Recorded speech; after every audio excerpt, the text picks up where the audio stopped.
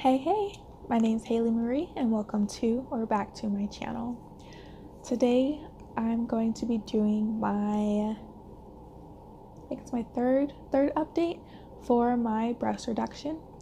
I have just like a list of questions here in front of me on my computer that I'm just going to read off and answer for you guys. So I have everything categorized by different categories, whatever. So the first one is questions that you guys had. First question, it's in no particular order. There's no segues into the next category. I'm just gonna answer the questions. So the first question says, hi, not sure if you'll cover this, but did the doctors give any reason as to why the hematoma may have happened? I've had my first consult next week and plan to have the surgery by the end of the year. I'm scared shitless of complications like this and not sure if emergencies like this would be covered under my insurance since I'm paying out of pocket for the surgery. Great question. So, good luck for your surgery. I definitely hope everything goes well. My doctor did not have a specific reason as to why the hematoma happened. He did say that it was quite odd that it happened so late, because usually they happen earlier, like within the first week or so, but mine happened 2 weeks after my surgery. No reason as to why it happened. I personally assume it's because of my blood pressure, my anxiety, but who knows, right? Also said, not sure if these are covered by your insurance. You should call your insurance. I'm going to give a lot of unwarranted advice, so if that's not your thing, right? So anyways, you should call your insurance, because they'll be able to tell you, just be like, hey, I'm getting the surgery, it's not covered by the insurance. Will you cover it if I go to the emergency room? They'll be able to help clarify any of that stuff for you. Call the number on the back of your card. If you call the number on the website, it'll take forever to get someone who knows any information. So,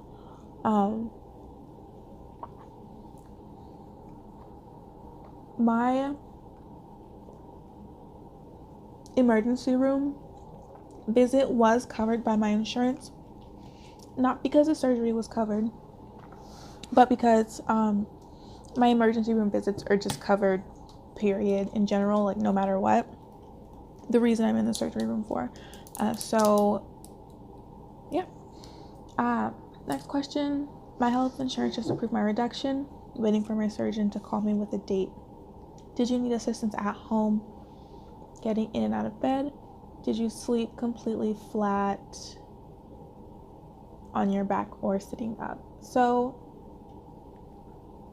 congratulations as well on your surgery. I hope everything goes well for you too.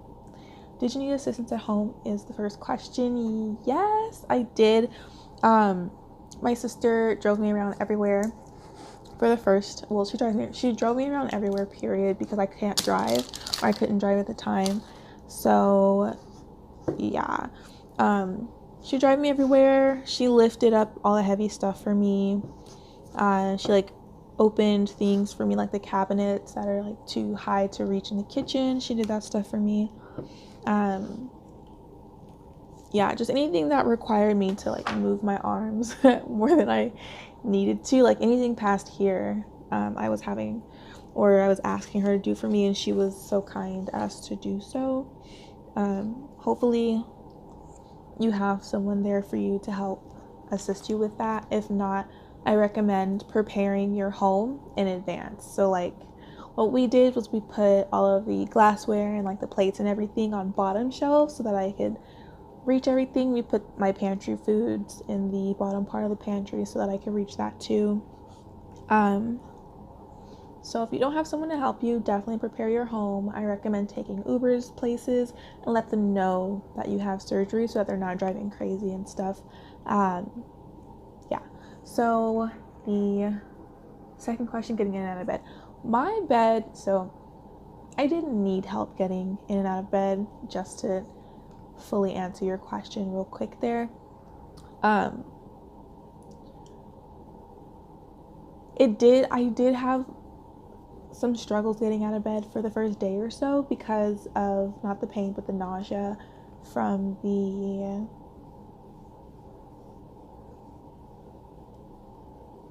what do you call it? Oh, the anesthesia. From the anesthesia. So only problem I had getting in and out of bed was me, like, you know, did you like completely flat on your back or sitting up? I slept completely flat on my back because that's just what was most comfortable for me. I mean, I had the surgery because my back hurt, so sitting up on my back for like 8 hours just was not an option. And so yeah, I slept flat on my back. Everything was fine.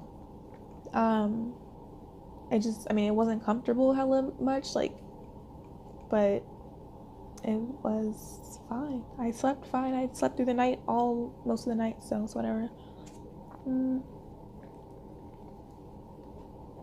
Third question. OMG. I want to get this done. I'm looking for a good doctor. Where did you get your procedure done, if you don't mind me asking? Tight. So, at the time I lived in San Antonio, Texas. That's where I got my procedure done. I got it done by a fantastic surgeon in the medical center there.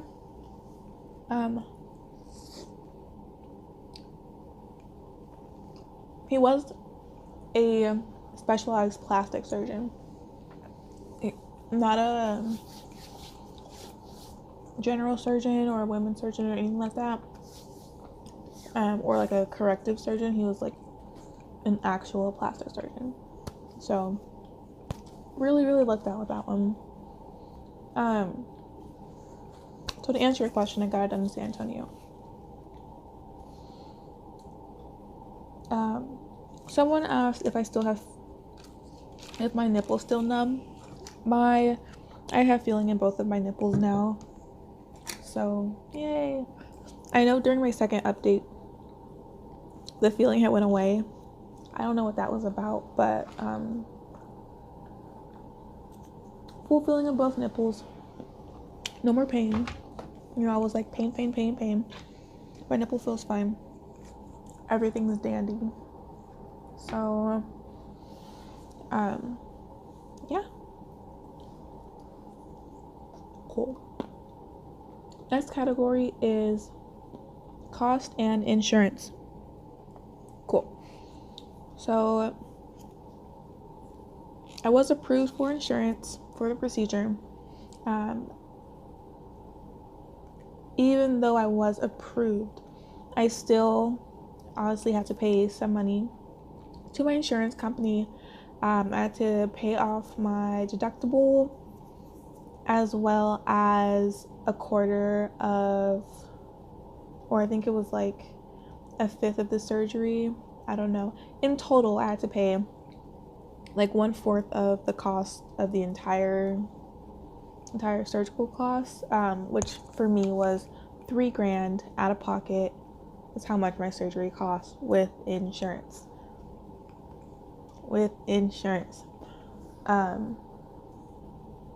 Which honestly, first of all, thank the Lord I had it.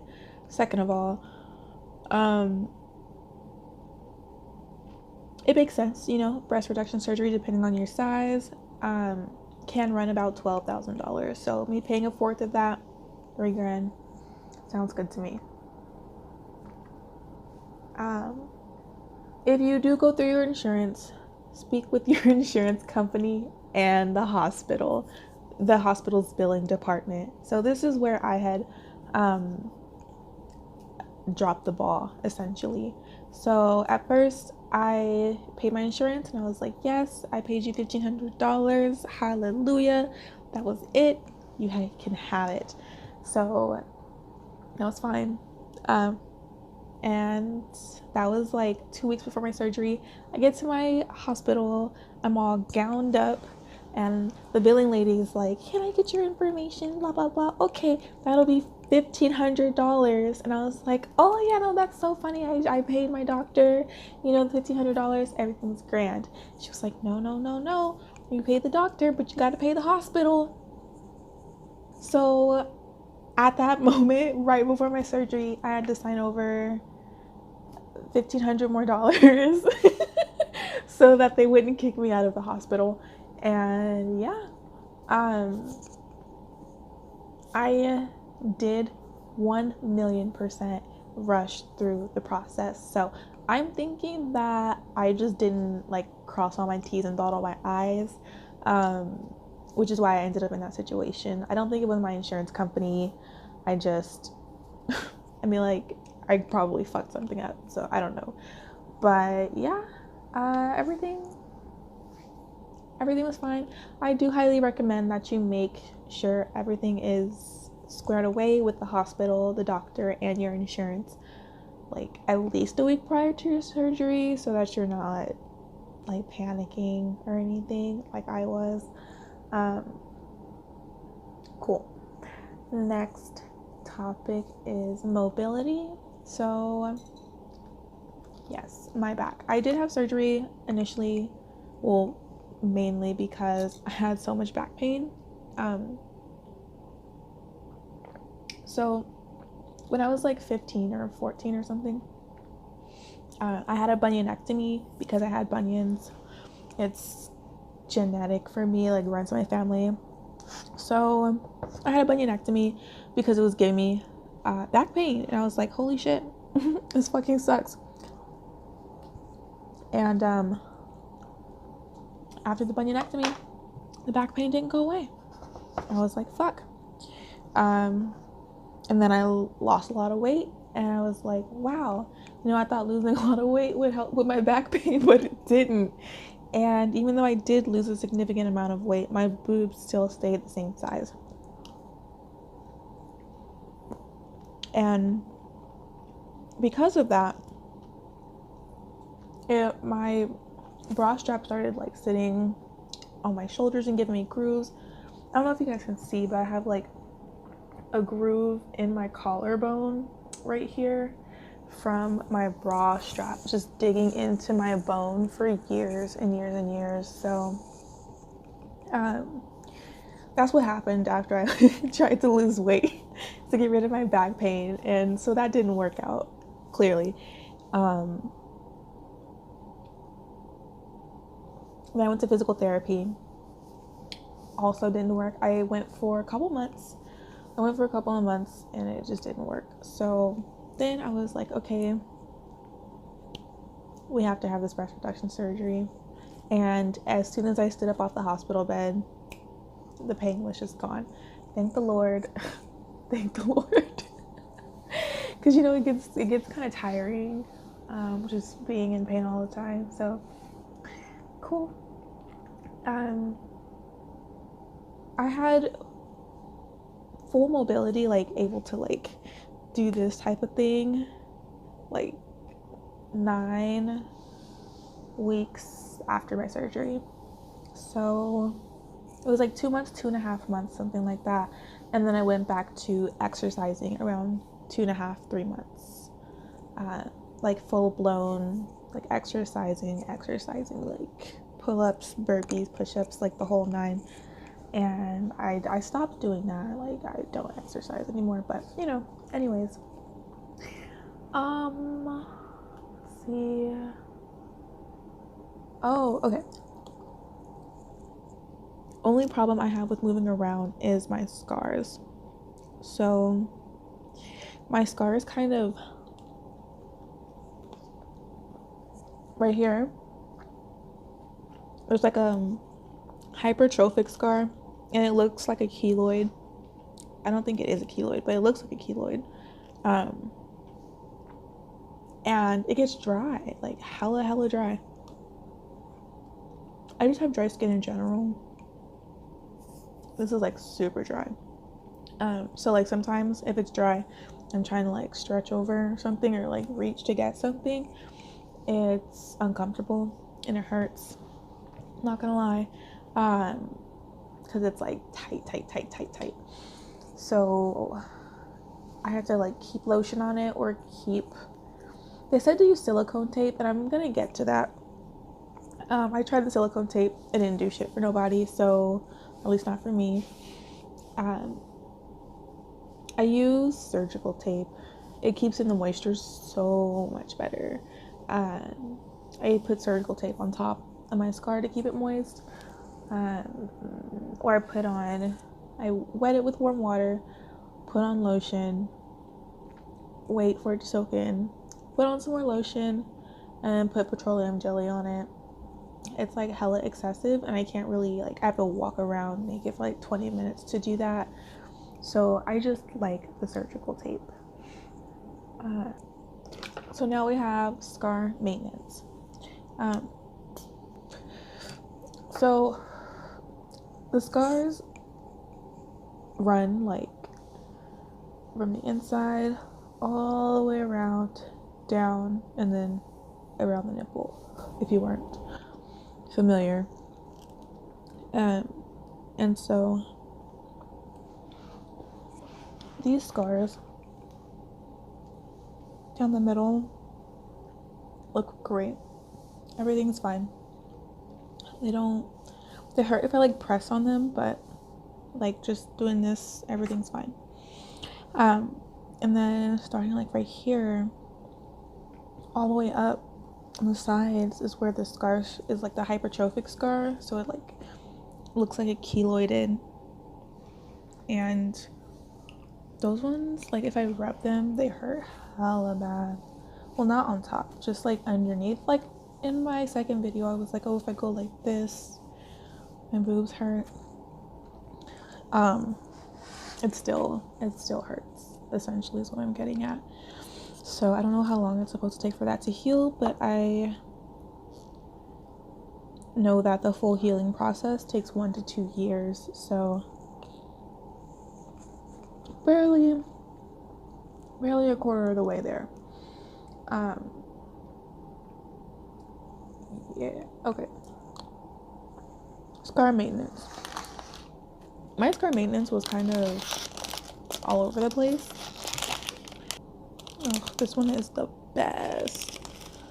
The best. It's like a chocolate sugar cookie with M&Ms and chocolate ice cream. So good.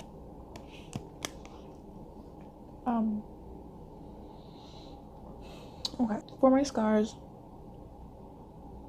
I knew my scars were gonna keloid or, turn all, I don't know, dark and painful. I'll show you guys.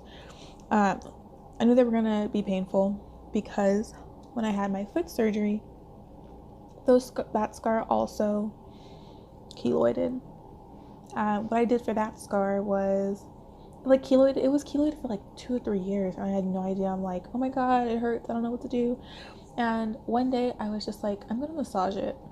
So I started massaging it, and it started to go down. And I was like, okay, there might be a little something to this. So I did some research, and apparently there is. So for these scars, I massaged them after asking my doctor. Don't do anything without asking your doctor. So I massaged them after asking my doctor. He gave me the okay at the 9 weeks point. So for products, I used Mederma. Long story short, I used it for 2 months. It did not do anything for me. I used silicone sheets. I used those for 4 months. Did not do anything for me. Well, it may have done something. Let me backtrack. These products may have done something. I didn't take before and after pictures, but from what I can tell, they don't look any different. Or they didn't look any different during the duration where I was using the products. To be clear, because they do look different now, and I'm getting to that. So Yes, so after using the Mederma, it didn't work. Silicone cheese didn't work. I made a like homemade Mederma concoction type deal with, I think Mederma is like 10% of the onion extract. So, or maybe it's like 5% of the onion extract, something like that. I made one with 20%. And I use basically the same ingredients. You can buy all that shit online. Kind of made it. And so, yes, high concentration of the active ingredient. While I was using my Mederma cream, it was more like a oil. Anyways, my Mederma cream, instead of using the silicone tape, I put surgical tape on top, so it like just kind of sealed the shit in there.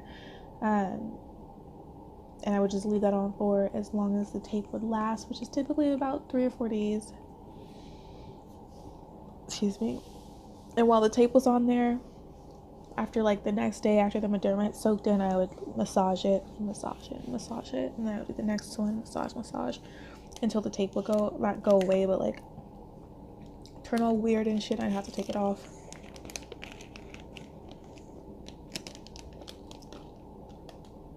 Now, going back to my previous, don't do what I did. I didn't ask my doctor about that. I'm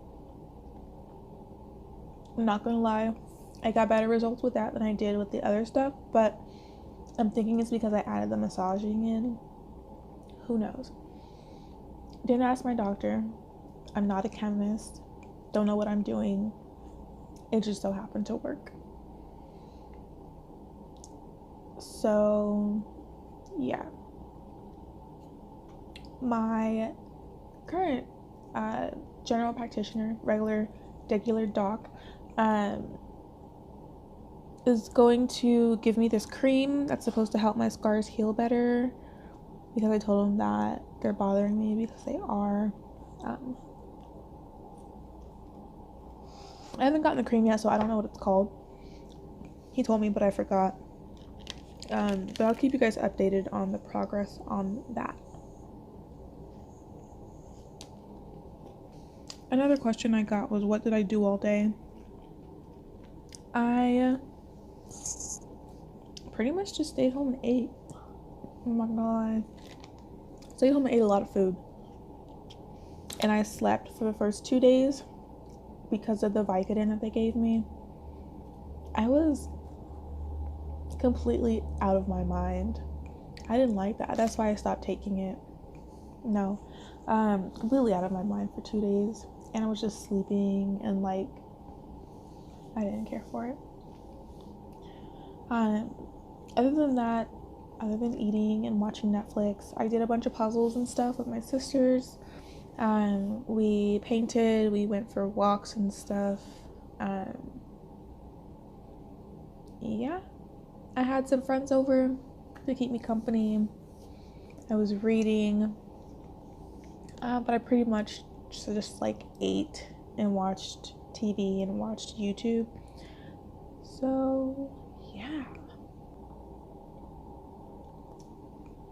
That's pretty much it.